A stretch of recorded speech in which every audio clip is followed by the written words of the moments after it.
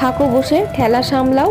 মস্ত বড় একখানা জ্যাম পড়ে গেছে, সামনে রেলগেট পড়ে গেছে।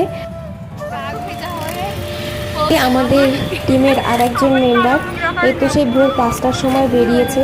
দেখো বাড়ির থেকে কি হয়ে এসেছিলাম আর এখন কি হয়ে যাচ্ছি। প্রায় মিনিট 20 আমরা গেটে পার করে তবে এই জায়গায় এসেছি। আর এই যে বাকি দুজন আসছে, তুমি কি ভিডিও করছো? হলুদ রঙের ওড়না গায়ে দিয়ে আছে, আমরা তাদের বাড়িতেই এসেছি। চারজনে একসঙ্গে মুখোমুখি হতে না হতে এত আনন্দ আমাদের গ্রাস করে নিল যে তার শুভ সূচনা হলোই আমার উল্টে পড়ে যাওয়া নিয়ে। দয়া করে কেউ হাসবেন না বাবা, ওর ব্যথা পেয়েছি, আমি হাসছি তাতে কি হয়েছে, আর কারো কিন্তু হাসা যাবে না। এই ছিঁড়ে ফেললি নাকি? গাইস এখানে পড়ে গেছে, এক লাথি মেরে জঙ্গলে ফেলে দিয়েছে।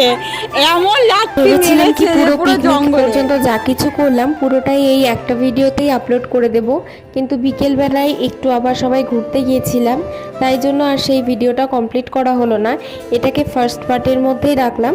আগামীকাল আমি সেকেন্ড পার্ট নিয়ে আসবো, তোমরা অবশ্যই দেখে জানিও আমাদের পিকনিক তোমাদের কেমন লাগলো। আমরা চারজন এক ফ্রেমে বন্দি হয়েছি আর আমাদের সবাইকে শাড়ি পরে কেমন লাগছে তোমরা অবশ্যই জানিও।